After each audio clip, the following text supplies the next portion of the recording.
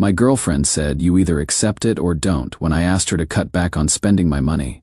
So I said I accept it and stopped paying for everything. What happened next destroyed her entire social media fantasy. I am Nathan, 31, software engineer in Denver, been with Qley for 14 months, living together for 6. She is 28, works part-time at some boutique, always talking about becoming a lifestyle influencer. Qley spends money like she is already Instagram famous. New outfit for every outing. $200 brunches where she takes 40 photos of avocado toast. Ubers everywhere because public transit ruins her aesthetic. I have been covering most of it because I make good money and thought I was being supportive. Last month I started tracking our expenses. Holy shit, you guys. She was burning through $3,000 a month on content creation costs. My house savings were disappearing faster than her followers could double tap. So last Tuesday, I brought it up gently, showed her the numbers, said maybe we could dial it back, save for our future. That is when she looked me dead in the eye and said, "Stop trying to fix me. This is who I am. You either accept it or don't." The way she said it, like I was some controlling monster for suggesting basic financial responsibility. So I looked right back and said, "I accept it." She smiled like she had won something. But here is what she didn't realize. I meant I accept that this is who she is. I accept she is going to keep spending. I just wasn't going to keep funding it. Next morning, I quietly removed her as an authorized user from my credit card, changed banking passwords, moved my emergency cash. I didn't tell her any of this. I just stopped volunteering to pay for things. Friday night, she wanted to go to this trendy rooftop bar. Usually I would hand over my card when the check came. This time, when she ordered $15 cocktails, I just sat there. The look on her face when they brought the check and I didn't move, pure panic. She laughed nervously and said, "Babe, aren't you going to?" And I shrugged. "You told me this is who you are. I am letting you be who you are." She had to call 3 friends before someone Venmo'd her money for the tab. Sunday she wanted her usual brunch spot for content. Got all dressed up with her ring light and phone tripod. "Ready?" she said. "Ready for what?" I asked. "Brunch. Obviously." "Oh, I am not going. Have fun." The confusion on her face. She genuinely couldn't process that I wasn't automatically funding her content creation routine. She went alone. Came back having ordered just coffee because she couldn't afford food. Spent the day posting vague stories about fake people showing their true colors. It has been 3 weeks now. She is borrowing from friends constantly. Maxed out credit cards I didn't know she had. Started doing weird deals with businesses for exposure instead of payment. Yesterday was the breaking point. She threw a girls' night at our apartment, posted about it like this: "Cute hosted event." I came home to 6 friends in my living room, expecting food and alcohol. Qley was frantically texting about good wine and cheese boards from Whole Foods. So I moved all my food to the mini fridge in my office, put a lock on my liquor cabinet, left a note saying I was spending the evening at my buddy's place. The texts that night, pure rage mixed with bewilderment. Her friends left within an hour because there was nothing to eat or drink. She called me selfish. Said I was embarrassing her, sabotaging her friendships and ruining her reputation. Next morning she was crying at the kitchen table, not angry crying, genuinely sad, confused crying. "I don't understand what happened to you. You used to be so generous." That is when it hit me. She genuinely believes me paying for her entire lifestyle was generosity, not enabling her delusions. I am starting to see how deep this goes. She has built her entire identity around spending money she doesn't have. Her Instagram, friend group, daily routine, self-worth. It is all based on maintaining an image she cannot afford. I thought I was dating someone bad with money. Turns out I was funding someone's complete disconnection from reality. So Reddit, am I the asshole? Because I am watching this woman panic because she cannot afford her own life without my credit card. And I don't know if I am being reasonable or if I have turned into a monster. The messed up part, she still hasn't gotten a second job, still posts daily about her aesthetic lifestyle. She is just borrowing and charging and scrambling to maintain the illusion while acting like I am the problem. I said I accept this is who she is. I just never realized accepting it would mean watching her destroy herself trying to be someone she cannot afford to be. Update 1 for everyone, asking if Qley got the hint after the girls' night disaster. She absolutely did not. She doubled down harder than I thought possible. The day after I posted, she cornered me with a different approach. sweet, apologetic, talking about working together and finding balance, even suggested making a budget together. I was hopeful for 48 hours. Then I checked my credit card statement. Remember how I removed her as an authorized user? Well, she had been using my card information for months. Memorized the numbers, expiration, security code. Over $300 in charges after I had cut off access, seamless orders, Instagram, ad purchases, even a subscription to some influencer analytics platform. When I confronted her, she didn't deny it, just shrugged. You changed the physical card access, but I still needed those things for my content strategy. Content strategy, like fraud, was part of her business plan. I called my bank, reported unauthorized charges, got new cards with different numbers, set up alerts for every transaction over $5. Her reaction was the 5 stages of grief, but for losing access to someone else's money. Denial, anger, bargaining with elaborate payment plans on notebook paper, depression with cryptic Instagram stories about betrayal. But acceptance never came. Instead, she entered the creative financing phase. Started selling designer clothes online, but only stuff I hadn't paid for. Made a deal with a local coffee shop to post about them for free drinks and pastries. Going there 3 times daily, eating off their sample trays. The barista Marcus clearly has a thing for her. Extra pastries, phone charging, business meetings, aka 4-hour selfie sessions. When I pointed out she was using his crush for free food, she acted like I was jealous. It is called networking, Nathan. Then she discovered returning things for store credit without receipts. Buy trendy clothes at Target. Take content photos, return everything next day. Used store credit for necessities like shampoo and toilet paper. Her entire wardrobe became a rotating rental system funded by return policies. The turning point came when she got clever with my stuff. Came home Tuesday to find her doing a tech review video with my PlayStation, laptop, camera equipment, full ring light setup, talking about testing gaming gear for lifestyle content. She waved me over. Hey babe, can you move? You are in the frame. I asked what she was doing with my stuff. Diversifying my content. Gaming and tech gets great engagement. Don't worry, I am being careful. Then she looked into the camera. So this setup is normally about $3,000. But I found this amazing deal. She was making up prices, pretending to review my belongings as if she had purchased them, creating fake tech content with equipment she would never paid for. That night, I moved all electronics to my locked office. Her response was an Instagram story about people who don't support your growth and recognizing when someone's insecurity holds back your potential. The comments were all her friends agreeing, telling her she deserved better and I was threatened by her success. Success.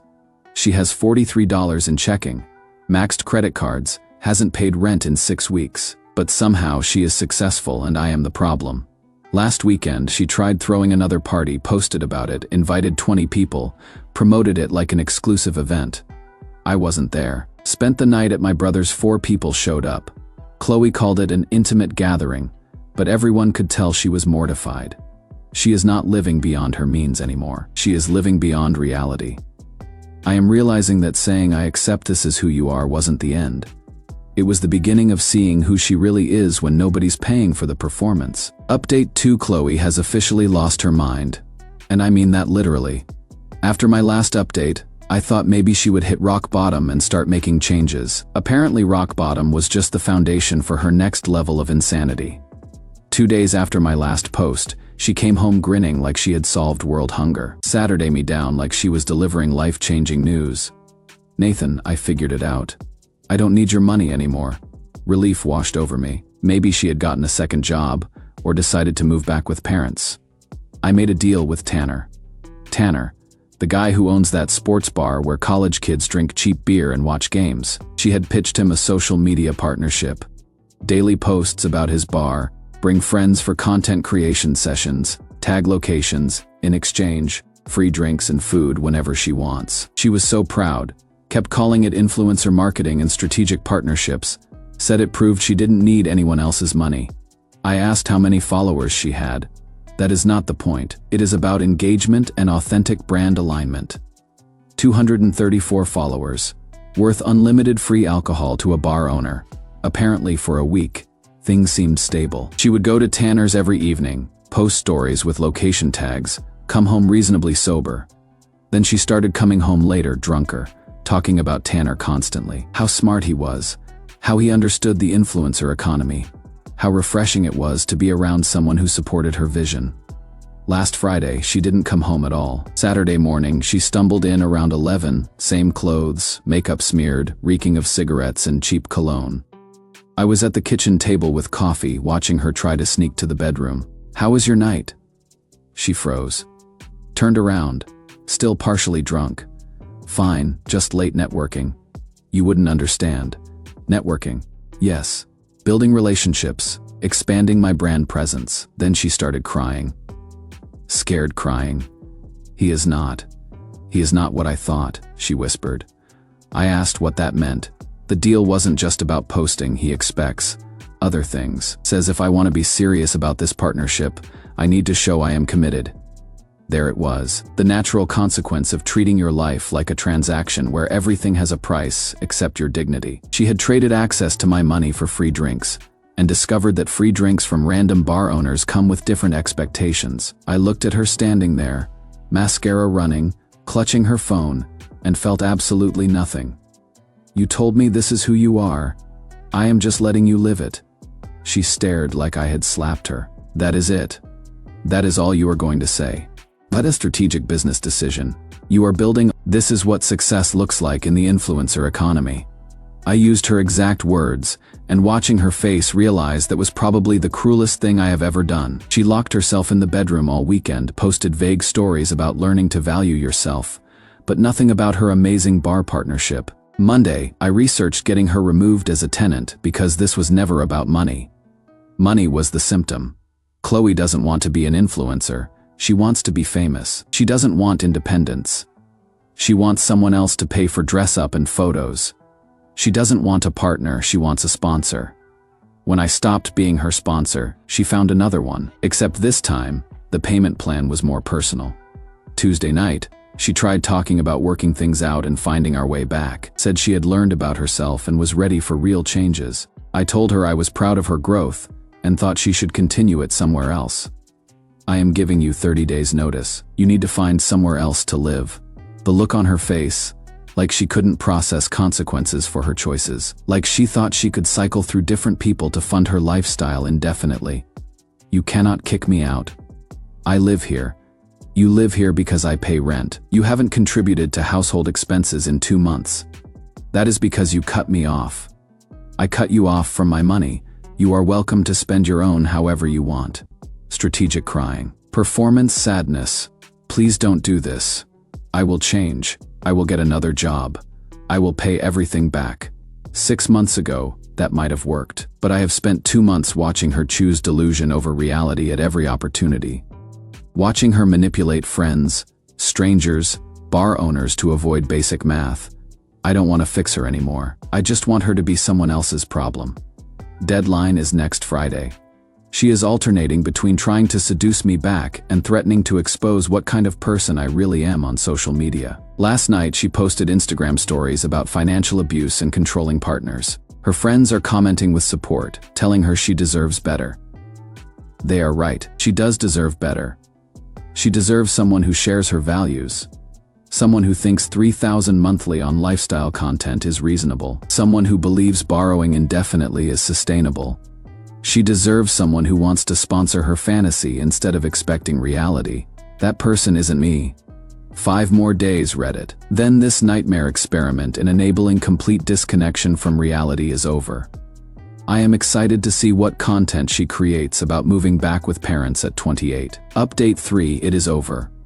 Reddit. And somehow ended more dramatically than expected. Qley spent the entire month in denial, acting like the deadline was another controlling ultimatum she could ignore until I backed down. Wednesday night, 2 days before she was supposed to be out, I came home to find her throwing a party. A farewell tour party she had been promoting on Instagram for a week, complete with custom hashtag.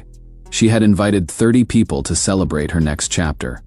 I walked into absolute chaos. People everywhere, music blasting, empty bottles covering surfaces, someone's vomit in my bathroom sink. Qley waved like I was a late guest. "Nathan, perfect timing. We are doing group shots for the farewell post." I asked what the hell was happening. My going away party, obviously, Everyone wanted to celebrate before I leave for my next adventure. Next adventure? Getting kicked out for not paying rent was her next adventure. I called building security for noise violation, called police for trespassing, since none of these people had permission in my apartment. Security showed up first. Half the party cleared out immediately. Police arrived 20 minutes later. Qley was screaming at remaining guests to stand their ground and not let him ruin this. I showed officers my lease, proved I was sole legal tenant, explained the unauthorized party after notice to vacate. Qley argued she lived there too. Officer asked to see her name on the lease. The look when she realized she had never been a legal tenant anywhere was unforgettable. By midnight, everyone was gone except Qley, me, 2 officers, and evidence of what 30 people had done to my apartment. Officer asked if I wanted to press charges for property damage. I looked at beer stains, broken picture frame, mysterious sticky substance covering my coffee table, and said yes. Qley started crying, begging me not to ruin her life over one mistake. One mistake, like 3 months of fraud, manipulation, complete disrespect was one tiny error. I told the officer I wanted her removed immediately and banned from returning. She completely lost it. Started screaming about destroying her for social media content, and this being revenge for her being more successful. Accused me of calling police because I was jealous of her brand partnerships. Officer asked if she had somewhere to go. She needed to call her dad. Her dad arrived at 2 a.m. looking exhausted. Took one look at the destroyed apartment, one look at his daughter arguing with police, and shook his head. "How much?" he asked. I told him about deposits, damaged furniture, noise complaints. He wrote a $1,500 check without arguing. Then he turned to Qley. "Get your stuff. You are coming home." She tried to negotiate. Just a few more days to figure out her next move. Maybe crash with friends. Her dad cut her off. "Qley, you are 28. You haven't paid rent in 3 months. You just threw a house party in someone else's apartment and got arrested for trespassing. Your mother and I are done enabling this." Arrested. I hadn't realized, but refusing to leave after being asked by tenant and police apparently qualifies. Her dad helped her pack while I documented damage. She kept explaining her brand strategy and platform building, but he wasn't hearing it. Last thing she said, "This isn't over. Everyone's going to know what kind of person you really are." I looked at her, surrounded by trash bags of clothes I would paid for, moving back to her childhood bedroom after burning every bridge, and said, "I hope they do." Her dad apologized on the way out, said they had tried teaching responsibility but clearly hadn't succeeded. Saturday morning, I woke up in my own apartment without wondering what fresh chaos would cost me money or dignity. Spent the weekend deep cleaning, replacing damaged items, changing locks. Monday started looking at condos. Everything she said was right. I am controlling. I want to control my own money, space, life. I want to control whether strangers throw parties in my apartment. I want to control whether my savings go toward a house or Instagram addiction. She was right that I don't understand the influencer economy. I don't understand calling yourself a business owner when your model is other people pay for everything. I don't understand claiming success when you cannot afford rent. Most importantly, I don't understand building an entire relationship around expecting someone else to fund your fantasy while contributing nothing but drama and debt. 3 weeks later, I found the perfect condo. 2 bedrooms. Converting one to home office. Great kitchen, downtown. Everything I had been saving for before Qley. I am closing next month. Yes, I have been dating someone new. Emily's an accountant, which Qley would call boring. She splits every bill to the penny, maintains detailed budgets, never expects me to fund her lifestyle. She has hobbies that don't require constant social media documentation, reads books, plays piano, volunteers at animal shelter, conversations about things other than follower counts. First dinner, she insisted on paying her own meal, said she preferred it because it meant we were both there by choice, not financial obligation. That is when I realized what I had been missing, the choice. Emily chooses to spend time with me. Qley needed me to spend money on her. Last week, Emily asked to contribute to groceries since she had been staying over. Asked about splitting a Costco membership. I almost cried. Someone actually wanted to contribute to our shared life instead of consuming it. As for Qley, her social media has been educational. First week, toxic relationships and escaping financial abuse. Decent sympathy from followers who didn't know the story. Week 2. Finding yourself after betrayal with motivational quotes. Week 3. Moving back home as self-care and focusing on personal growth. Spinning living with parents as deliberate choice. Week 4. Reality started showing. Posts less frequent. Photos obviously in childhood bedroom, cropped to hide it. Lifestyle content disappeared, replaced by generic quotes over stock photos. Follower count dropping. Turns out people follow lifestyle influencers for lifestyle, not inspirational quotes about adversity. Last week, she posted about starting a job at her mom's insurance office, framed as exploring new industries and diversifying professional experience. Yesterday's post was the real kicker. Long caption about learning the value of financial independence and building a foundation for real success. She is working full-time now, has a budget, pays parents' rent for her childhood bedroom, drives her mom's old Honda instead of Ubers. She is finally living the life I had suggested all along. She just had to lose everything first to realize it was actually a good idea. Last night, Emily asked if I ever regret how things ended. If I wished I had tried harder. I told her the truth. I regret taking so long to realize that loving someone doesn't mean funding their delusions. I regret enabling self-destructive behavior for both of us. But I don't regret setting boundaries. I don't regret expecting adult behavior from an adult, and I definitely don't regret discovering that when you stop paying for someone's performance, you find out whether there is anything real underneath. Turns out there wasn't. But now I know what real looks like. Someone who wants to contribute instead of consume. Real is someone whose personality doesn't disappear when they cannot afford to maintain it. Real is someone who chooses to be with you, not someone who needs you to choose them. Qley taught me that lesson in the most expensive way possible, but Emily gets to benefit from everything I learned. Thanks for sticking with me through this insanity, Reddit. Sometimes you have to let people show you exactly who they are instead of who you hope they could become. I finally learned how to listen,